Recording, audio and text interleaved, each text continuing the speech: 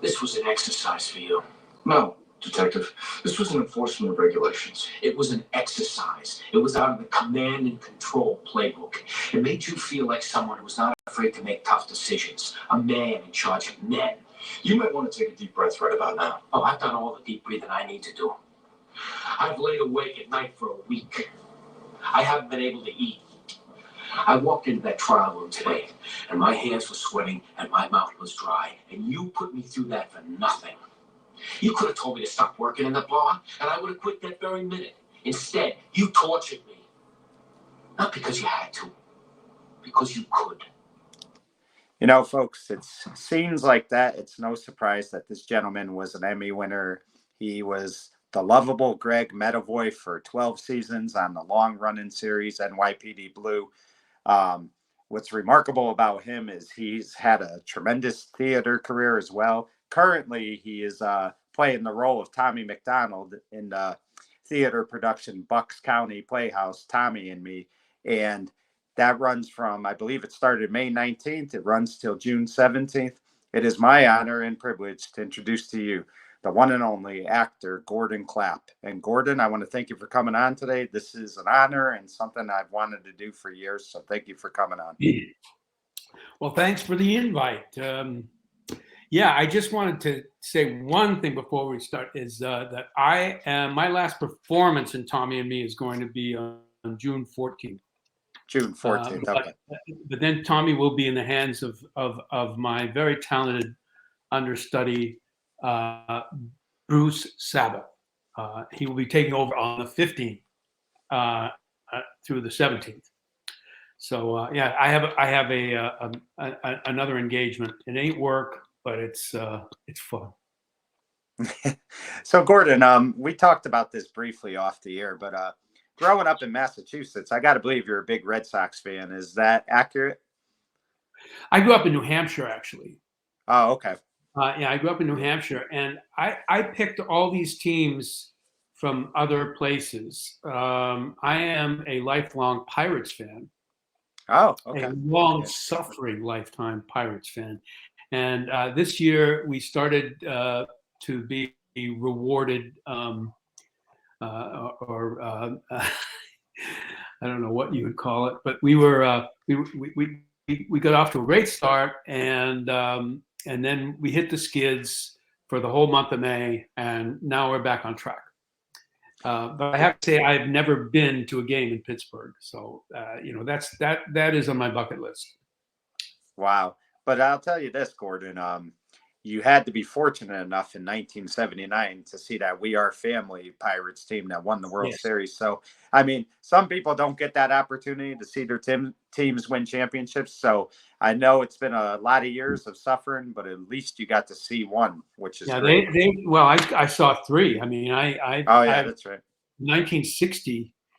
The Bill Mazerazzi home run. Yep. And 1960 Eagles, although they weren't my team. Tommy McDonald was a favorite player of mine because he was a little guy like me, and I used to pretend to be him.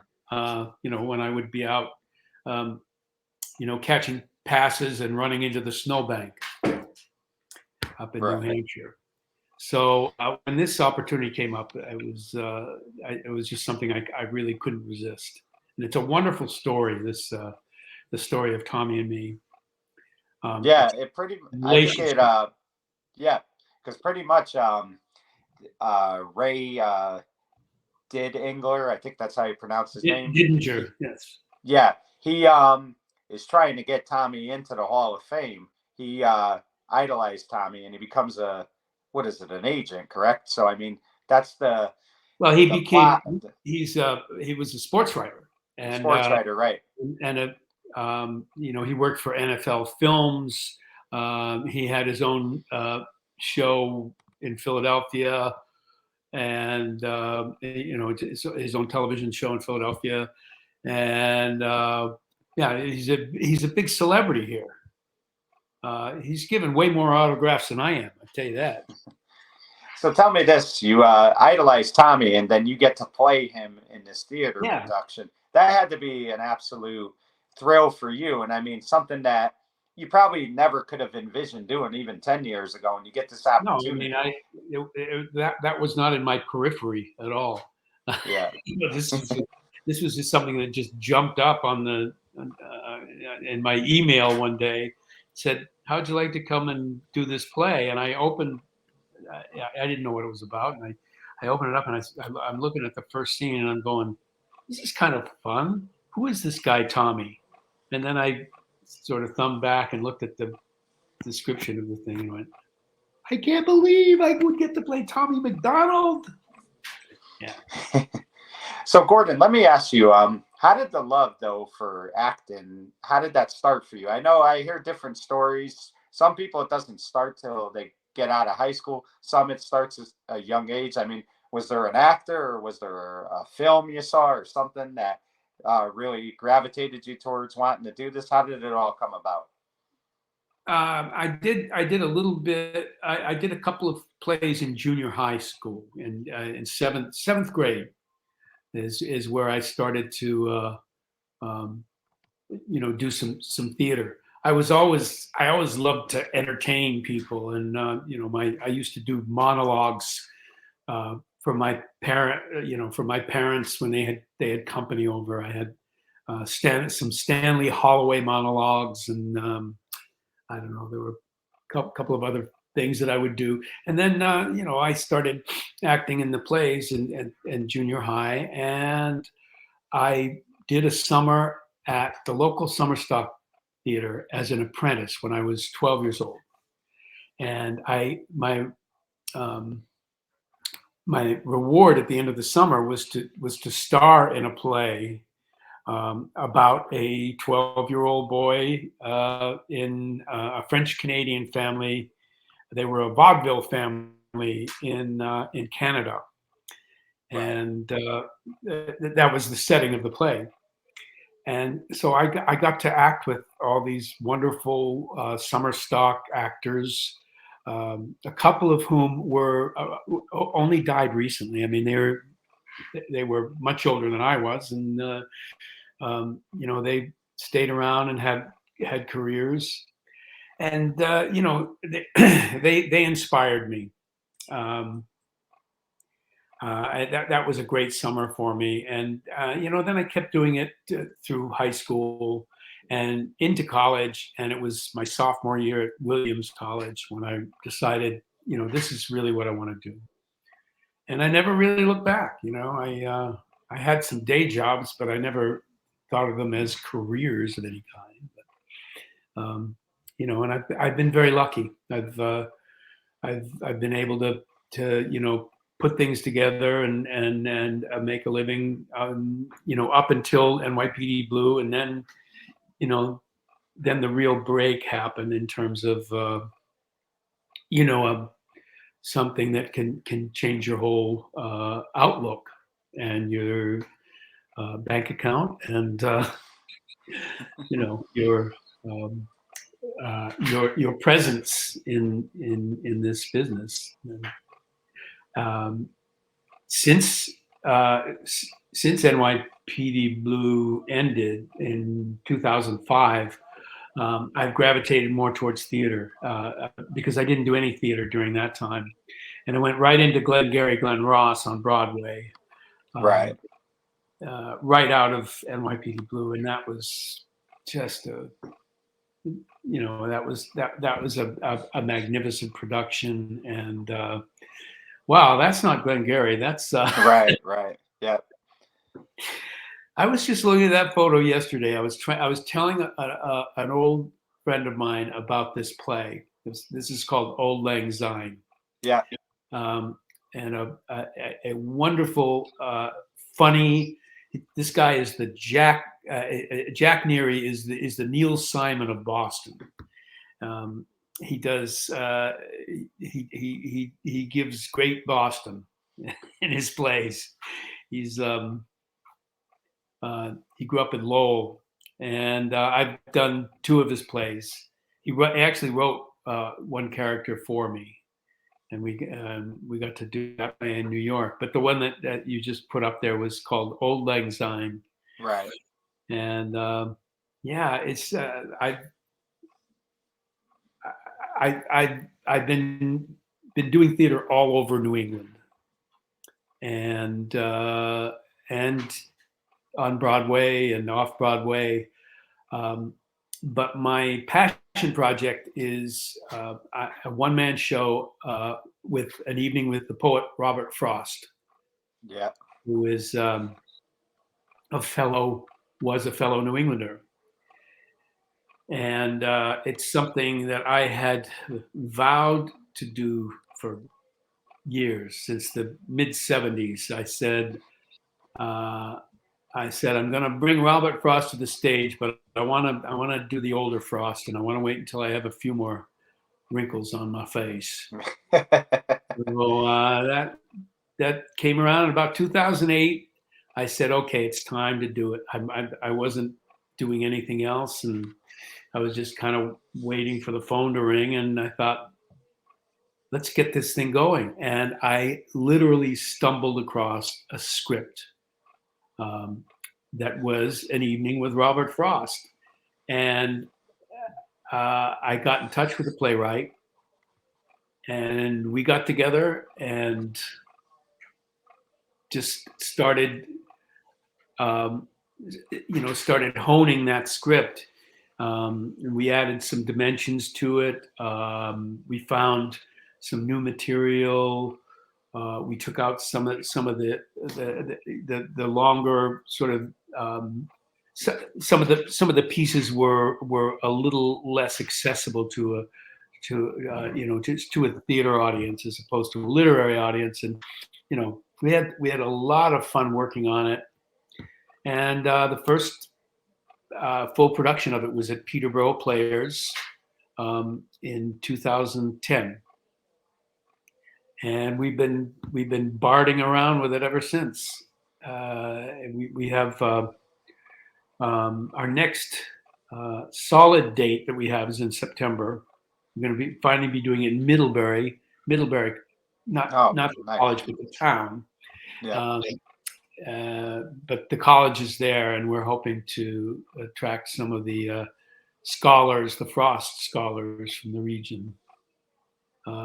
But it's something that just never gets old for me. It's such a pleasure to just go out there and look into the audience and see there are kindred spirits there every night. There's somebody who either knew Frost or worshipped Frost as a student, or a neighbor, or friend from the community. And and they're dying off. I call them Frostations. And, it's a good term. I've had wonderful stories from people about him. And last June, I did an abbreviated version of the play for the class of '62 at Dartmouth. That was the last class that had him on campus for all 4 years, and it was such fun to do it. And they loved it. It felt to them like they were back in the classroom with the guy, and it's really gratifying, the response that I've had with this. And he's a kindred spirit of mine. He wrote one of his longest narrative poems is called New Hampshire, and he talks in the narrative poem about all the eccentricities of New Hampshire. But the last line of the poem is, "At present, I am living in Vermont," and that seems to be I think that's the last line of my journey, because I'm a New Hampshire native. I have wandered the continent for 40 years, and I came back east, and at present I am living in Vermont. Wow. So interestingly enough, Gordon, you kind of took on theater after NYPD Blue. So did you start your career in theater at all, or did it really happen? Yeah. Yeah, I was right out of college. We assembled a group of friends in Salem, New York, in this tiny community up in upstate New York, and we put together a children's play and called all the schools in the region, and they welcomed us. We would get, I think we got $100 a show to split among the six of us. Oh, wow. And sometimes we would do two for 150 in one day. And we were hippies. We were it was like a commune. A wonderful group of people. Some of them are still with us. The one that you might recognize is David Strathern. Okay. Yep. Who's a major talent in theater and television and film. So we did that, and then during the summers we'd go up to North Conway, where I grew up, and work in that little theater that I worked in when I was 12 years old. And we joined a company there, and then sort of took over as the other people decided that they had to grow up and do something that brought in a little more money. So we took over the theater, and then I went up to Canada just on a vacation, and I talked my way into a company up there in Halifax. The National Arts Center, right? Canada's National Arts Center. This was the Neptune Theater in Halifax, Nova Scotia. Oh, okay. Yeah. And after a couple of years there, moved to Toronto. Had a career there, doing commercials and more theater. And then I went up to the National Arts Center. And meanwhile, I had done this film with John Sayles called Return of the Secaucus Seven. John Sayles was one of my schoolmates from Williams, and he worked with us in the summer stock. And I don't think I knew much before that he was a writer, and he'd written 2 novels, and he won an O. Henry Award for short stories.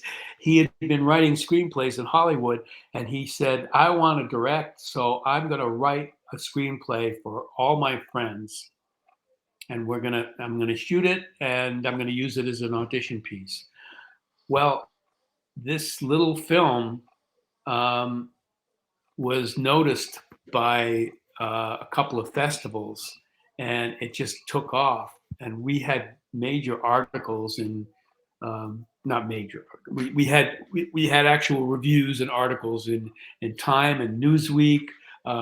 We got reviewed in the New York Times, and it became this cult hit at a time when some of these big budget movies of $100 million, which at the time was that's as big as you could get, were flops. And so people were saying, look what this guy does. And it was it was just a really wonderful screenplay. The whole thing was primitive, but really witty and entertaining fun. And it put all of us, on the map for a while, at least. David Strathern again was in that.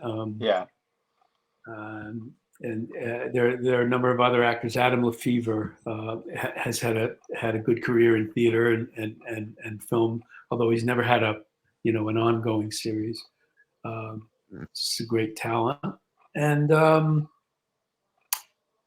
it's just a lot of those people have gone on and had careers in other aspects of show business.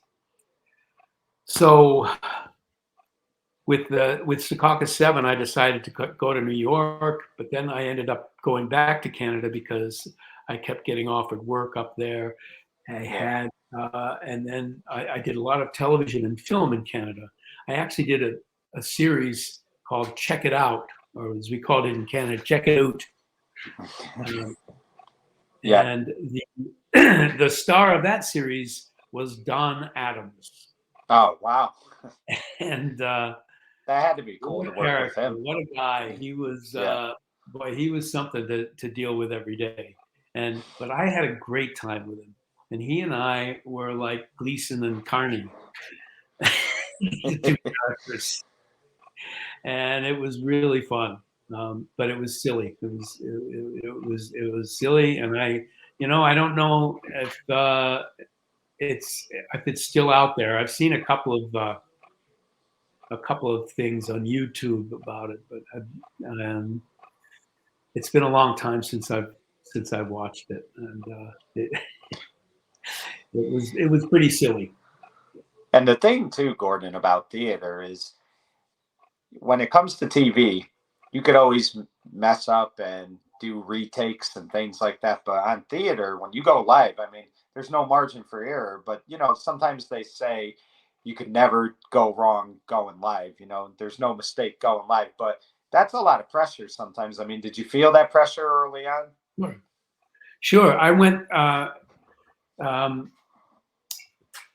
when I was in my late 20s, early 30s. I was spooked by the idea that I was gonna go up, as they say, on stage. That I was gonna dry. That I would, because it happened a couple of times, and I was really spooked by it for about 3 or 4 years. And then one time, I went up with 3 other people on stage, and nobody bailed me out. And I just found my way out, and I just said, well, you know what? Nobody died. The audience must have been really confused, but we got through it. And so I'm not afraid of this anymore. And, it still happens. So you still get nervous at times? I actually, what's happening more than drying is being off stage and realizing you're supposed to be on stage. And that happened to me a couple of times recently. Where I went back to the dressing room and just kind of lost track of the time. And so I was a little late for one entrance in this show, but when I was doing To Kill a Mockingbird on Broadway, I got through 99 performances unscathed. In the 100th and final performance, because we had to close early because of COVID, I came off stage and went up to my dressing room and started kind of packing up my dressing room, thinking, well, I'm going to pack up and have a nap before intermission. It just went out of my head that I had another scene before intermission. And this head came through the door and said, "You're on stage." And I tore down the stairs and just kind of segued my way onto stage and picked up the scene. I was the judge, and they had already sworn in the witness, and it was my turn. I missed a couple of lines, but the bailiff filled them in, and I don't think the audience was aware of anything except that I didn't have my robe on. So I could take a nap. So anyway, so those things happen, and my co-star in this wonderful stage, and he's done television as well, but he's primarily a stage actor, Carl Kensler. Is we talk about all these disasters that have happened on stage, and I'm sure there are books about them. But one of the things that he says is amazing is that some of the most interesting stuff happens in those moments. Some of the most interesting things for the audience happen during those moments when somebody doesn't make an entrance or somebody drops a line and they have to go somewhere else. I had a couple of there were a couple of times in performance I called. I referred to other characters in stories I was talking about as Ray, and he corrected me. He corrected me. And the second time I did it, I said, "I'm sorry, Ray. I just have Ray on my mind today. I can't get Ray off my mind." Yeah. And so we just took it somewhere, and you try to have fun with it. As Robert Frost, I'm playing the older Frost, and there are a couple of times in the show where I do things that the audience might think it's really happening. Like I'd say, "Hey, look, I ought to say something about that light. I'm afraid that's going to be too much on me, too much up in my eyes for me to see my book. Can we lower them somewhere?" And nobody responds. And I wander around the stage and I go, "Oh, well, empty stage." And the audience has thought at times. Somebody will say, "There's a stage manager," or "There's somebody over here. Maybe they could help you." And so when I do go up in a poem during a poem, and I just can't quite get the line, I will wander back to the podium and open the book and say, "I wrote this, but sometimes it's not there." So I look up the line and I continue, and the audience thinks that's part of the character. So I have all ways of dealing with that stuff now. Right. But the thrill of it is that challenge that you're in the moment and there is no net, and you have to drive it, and it's all you out there. Yes, right. there's a set and there's lighting and there's the direction that's been given you, but you're out there by yourself, and it's for some people it's terrifying, but for me it's a thrill. And it's a thrill that you don't get in television and film. The thrill that you get in television and film is seeing yourself on the screen, sitting in a theater with all these other people. But much of the time you're saying to yourself, why did they choose that take? And what happened? Wasn't there another scene in here? Or, so yeah, you're at the mercy of an editor, a producer, somebody else, and your work is only partly your own at that point. Right. So Gordon, I really believed 1992 and 1993 was where you really started to get noticed, because I think you did an episode of Cheers in 93. I think in 92, I remember the Wonder Years episode where you were in the beginning, you were debating the other guy who was pulling for the president. That was a great scene. But that's really where I first came across you. And then, if I remember correctly, NYPD Blue, when it started, you didn't come on until episode 3, I believe. And it looked like in the beginning you were just going to be like a guy that was going to be, just a guest star for maybe a couple episodes. I think the first episode you were on, your character wanted Sipowicz to walk your dog and stuff like that. So this is where I really believe that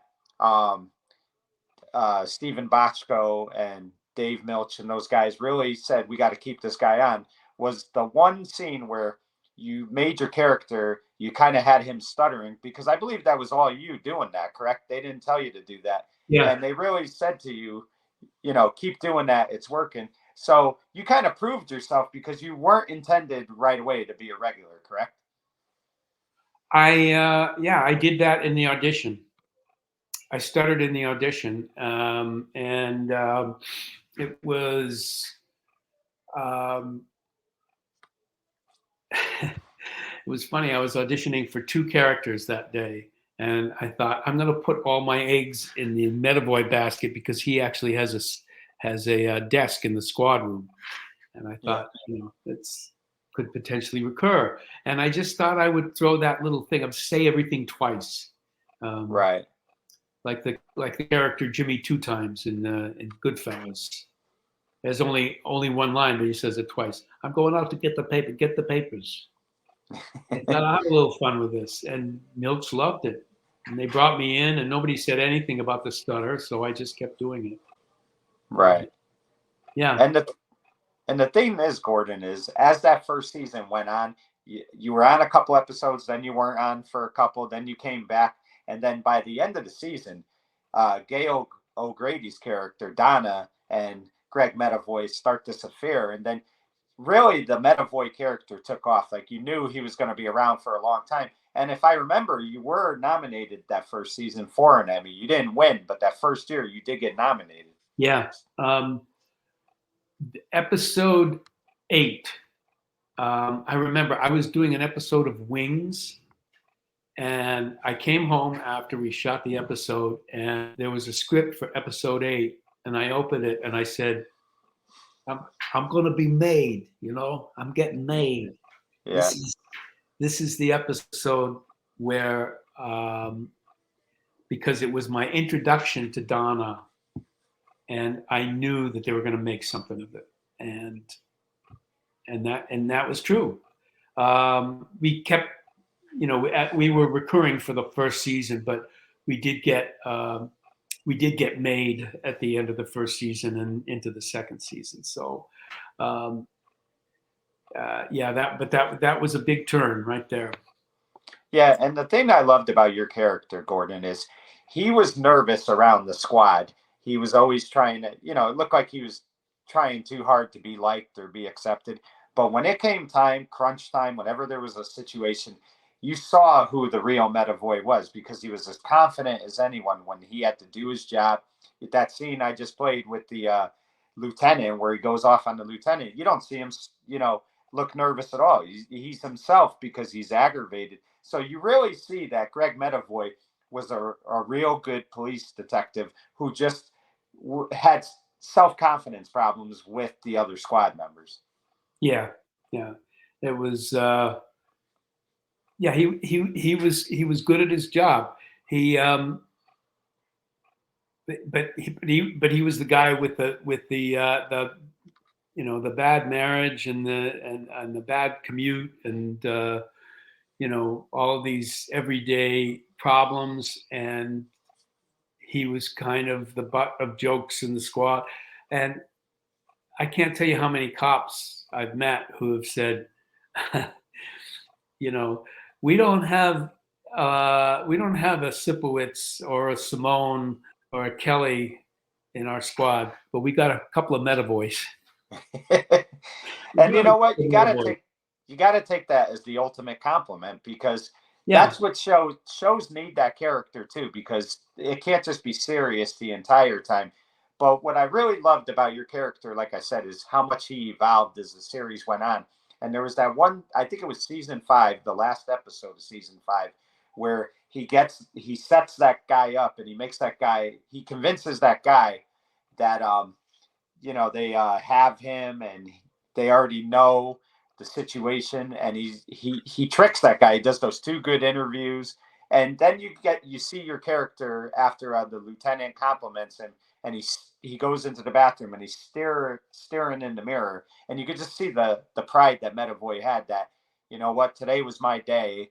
I got my recognition. And I just loved what they did with that character, because, like I said, there were times where they kind of made him the butt of the jokes, but there were so many serious moments. And I always thought that as much as Sipowicz, he would treat him like a joke at times. When Sipowicz needed Medavoy, he went to him. And, the proof of that was in the final season, when somebody is like going after Sipowicz's family, and they're leaving him all these, pranks or things like that. And Medavoy does some researching for him to try to figure out who the guy is. So most of the guys on that squad always knew that Medavoy was a guy that you could depend on. Yeah, I'm not remembering that episode in the final season. It was, remember, it was the Stan Hatcher character. He was he was trying to get back at Andy for getting him fired off the squad, and Andy's trying to figure out who's messing with his family. They took his son in the cop car, and then he asked Medavoy to look up some names of some of the guys that he put away and see if they could figure it out. And Medavoy actually, finds like a device they used. He finds a company that used that device, and so Medavoy plays a big part in Sipowicz figuring out who set him up. Well, that last season was really fun because I spent a few years having sort of a B story in every fourth episode or something, or third episode. I didn't feel like I was getting a lot of good stuff. And the final season, Bill Finkelstein came back and as a writer, and he loved the characters, so he wrote a lot of fun storylines for me. Where I was moonlighting in a bar, and I got in trouble with the lieutenant. Curry Graham came on that season, and he was so much fun. He was phenomenal. Yeah, he's such a funny guy. You wouldn't know. Yeah, character. And I love how your character says he hit his face on the bathroom handle or something like that. That was the excuse he was trying to give him for the black guy. And one thing I wanted to ask you, Gordon, because this bothered me at times in the series. I kind of just brought it up. I always felt like Sipowicz could have treated Medavoy better, and a lot of times it looked like Sipowicz went out of his way to just like go off on Medavoy for every little thing he said. Did you feel like at times they had Sipowicz kind of treat Medavoy like, he was like a little kid? Yeah. I mean, there were times. But I will say this. I think what won the Emmy for me, got me nominated and won the Emmy for me, was in the episode with the twins. Oh, remember? Yes. Yeah. Remember that episode? That was a great episode. That was one of the two submissions that I made for Emmy that year. At the end of that episode, after I had told him this terrible story of how the one twin killed the other, we're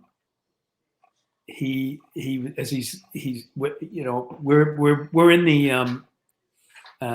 the locker room, right? And I'm telling him this story as he's having a prostate problem, and he's at the urinal, and I tell him these I have two long dialogues, all these plosives, all this alliteration with P's, and finally, after the thing is resolved, and I'm devastated.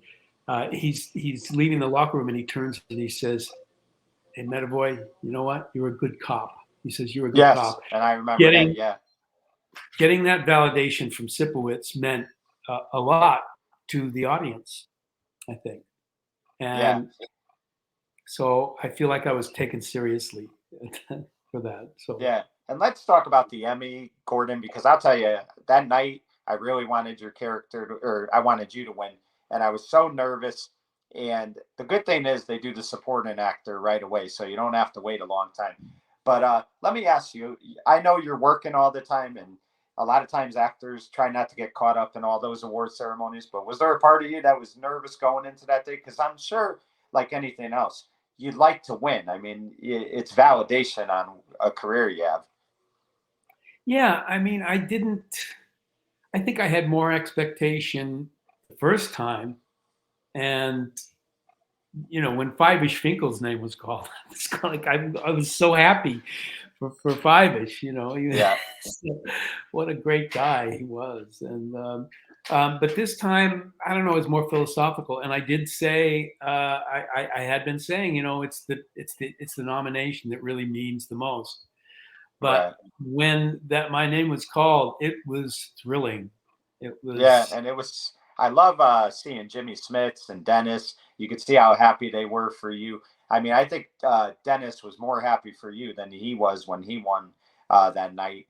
And your speech was tremendous. You talked about I don't think I'll capture the imagination like Mark McGuire did, but this will look pretty good next to the fireplace. And the little jokes he made about Dave Milch, there's a lot of people who are thankful to him or whatever. It was just a great speech. And I mean, that had to be such a thrill for you. And no matter what, anytime somebody refers to the actor Gordon Clapp, they'll always say Emmy Award-winning actor Gordon Clapp. That has to be a nice little thing next to your name. It is. It's a little bit like it's not a sir. I haven't been knighted, but it's it's a nice little prefix, I guess. Two actors, Gordon, that you worked with and had great chemistry with, obviously, was Nick Turturro for the first 6 seasons. Then you worked with Henry Simmons the last 6 seasons. Yes. It's never easy when a cast member leaves. And I've always said this. It's amazing to me the amount of cast members that left that show throughout the series, and it never seemed to miss a beat. But just talk about working with the two of them, because I really loved the James Martinez and Greg Medavoy partnership. But God, you and Henry didn't miss a beat after Nick left. It was just tremendous dialogue between the two of you. Yeah. There was fun to be had with both of them, and we were friends off screen too. Nick and his family stayed with us after the earthquake in '94. The apartment they were living in was basically deemed unsafe.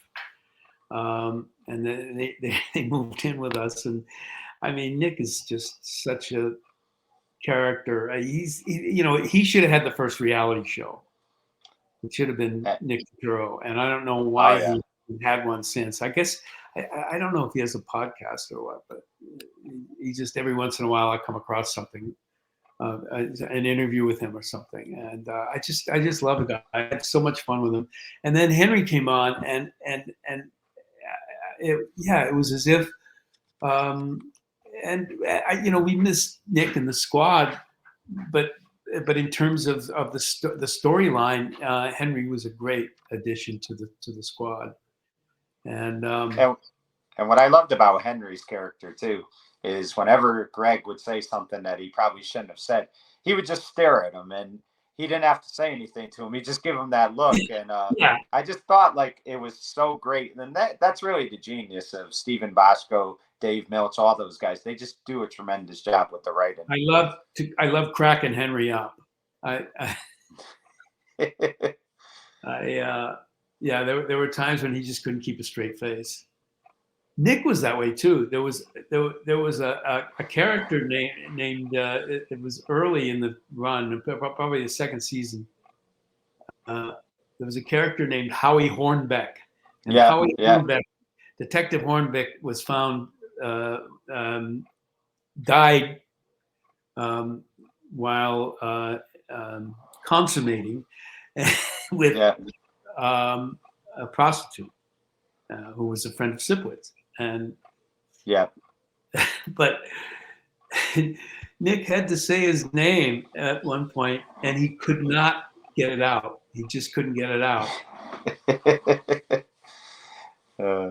And we just take after take after take. And Dan Sackheim was directing that episode, and Dan was pretty serious, and he just kept shaking his head. He goes, "We have to get this. We have to move on. We have to move on." And Nick would go, "Okay, I'm ready." So it was Howie. Howie Hornbeck. Okay, one more time. Yeah. Okay, got it. It was Howie Hornbeck. I thought we were gonna have to change the character's name. Yeah, it's those little things that really make you laugh. But back to the final season, Gordon.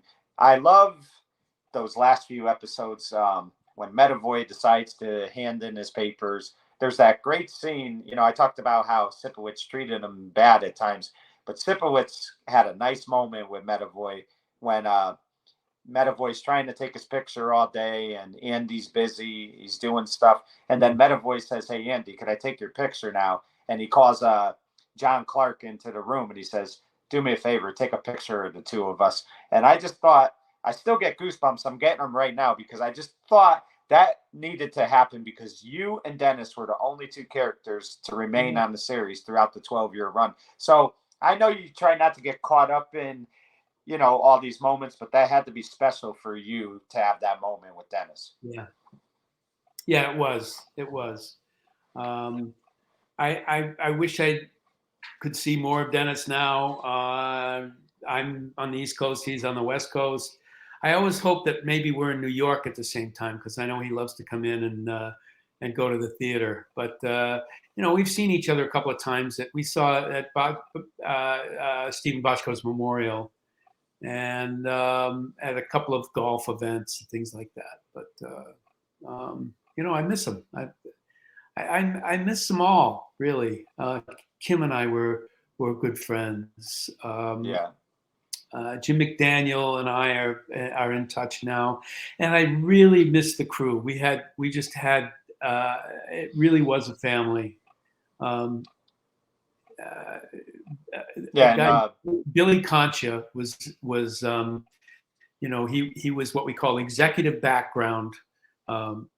These guys, and he was a uniform cop, and David Milch gave him lines in, I don't know, probably 24 episodes, so that he was Officer Miller, he'd just get a couple of lines in a scene, and he'd get a bigger paycheck for the week, and he gets residuals still, and he did that. Milch did that with a lot of people, and it was that kind of. Just that kind of a family atmosphere on the set, really.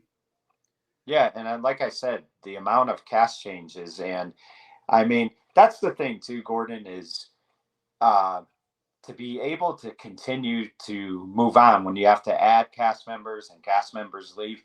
The show just kept going. I mean, I still say you guys could have had like probably 5 more years if you wanted to on that show because.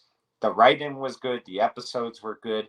And no matter who they brought in, everybody did a tremendous job. I had Bill Bracktrup on not too long ago, and I loved his character. I thought his character was so well written, the way he had that great friendship with the Sipowicz character, and he really cared about all the detectives. And they just, no matter who they brought in to play a part, those people excelled at it. I even think of who was it? John O'Donohue, who was a cop in real life, and the job he did as Eddie Gibson was phenomenal.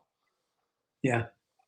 I mean, you got to be proud to be part of such an iconic series like that because I don't know, there's been tremendous cop shows, but I would put that cop show up against any cop show there's ever been. It was that. Yeah, it really it had a unique voice. David Milch's fingerprints were all over that from day one, through the end. He had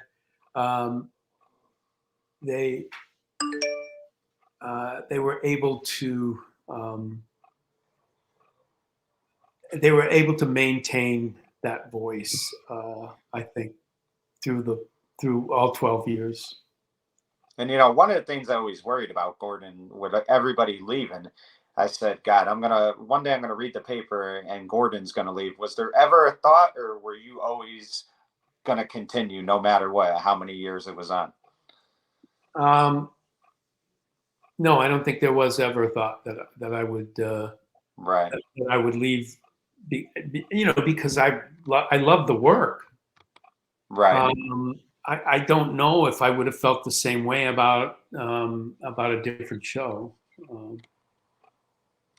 Yeah, I mean, it was just a wonderful show. And let me ask you, Gordon, before we go, if you could pick one thing in your career, and it's hard because you've had so much success, what is the one thing that you would say has been most rewarding for you? I would say in a sense it's Robert Frost, playing Robert Frost, being able to bring his voice into the 21st century, because I think a lot of people have forgotten that voice and that sensibility. But I mean, I have to say that the real highlight of my career, of course, has been playing Medavoy. Yeah. And it's such a cool name too. It's not just a plain name. It's got like, that cool name to it because it's just like a unique name, Yeah. But Gordon, I really do want to appreciate you for giving me a few minutes today. Number one, thank you for the character Greg Medavoy, because I mean, that character, in my opinion, was as iconic as any. I mean, he was a character that we so loved on that show. I mean, fans really enjoyed him, and I really do applaud you because, like some people start early on in their careers and they really take off. Yours kind of took a little bit, but by the time you got to like your 40s, you took off like no other person. And I mean, you got an Emmy out of it. I mean, a SAG award as well. So I mean, you have to be very proud of how your career turned out. And I really do thank you because you gave us as fans so many great moments over the years. And I really do appreciate you, and congratulations on what has been a phenomenal career. Well, thank you so much, Mike. It's fun. It's fun to reminisce like this. Yeah, it really is. And again, congratulations. And I look forward to seeing more of your work. I always see you occasionally guest star on a show. I could think of a Chicago Fire. I saw you on probably a dozen of those, and that was a great show to watch you on. But yeah, I had a really good time with that character. I wish I wish I could have done a little bit more there. That was another fun group of people, Yeah. and they had I call them the mechanicals, the older guys in that house, in the firehouse, and I love working with them and playing with them. And ironically, the guy who replaced me, the young hunky chaplain who replaced me, when they sent my character to Florida to play golf, they didn't know what a terrible grouper I am. But the guy that they brought in had played my son in an episode of In Plain Sight. Oh, okay. Wow. So that added insult to injury. So let me ask you, Gordon. Right. What can fans look forward to for Gordon Clapp going forward? You got anything coming up, like in the summer, the fall, that we could really like keep our eyes open? I'm gonna devote some time to trying to get Frost out there again. There was a long COVID dry spell with that, and we've done a couple of things since then, and that's really what I want to do. I did a play in Arizona called True Pain. It's kind of a troublesome title, but it's the name of the lead character in the play, and I think that it's one of the best new scripts I've ever done, and I think it will have legs. I think we'll probably see it in New York at some point, and I hope I can go with it when it goes. Well, that's awesome. And again, Gordon, thank you for giving me a few minutes, and best of luck going forward. But just know this, that in my opinion, it's been a Hall of Fame career. And thank you again for the great moments you've given me as a fan. I really do appreciate it. Well, thank you. I appreciate it. Thank you. Well, there you have it, folks. I enjoyed NYPD Blue throughout its run. So many tremendous characters, but it was always the character of Greg Medavoy that stood out to me. You wanted to root for him. He was the underdog. And year in and year out, you just saw that character evolve and do so many special moments. I mean, gave us so many memories as fans. And to see a guy like Gordon Clapp, who's just a great person, have the success he had, winning the Emmy, being on a successful show like NYPD Blue, it makes me and so many fans proud. And I look at it this way: when you talk about Gordon Clapp and you review his career, it always starts with NYPD Blue, but the stuff he's doing in the theater, the guest star and roles he's had over the years, it's safe to say, like I just told you, this guy has had a Hall of Fame career. And I'm very proud that I was fortunate enough to watch him for so many years. For In the Spotlight, I'm Mike Kenichi saying Goodbye, everyone.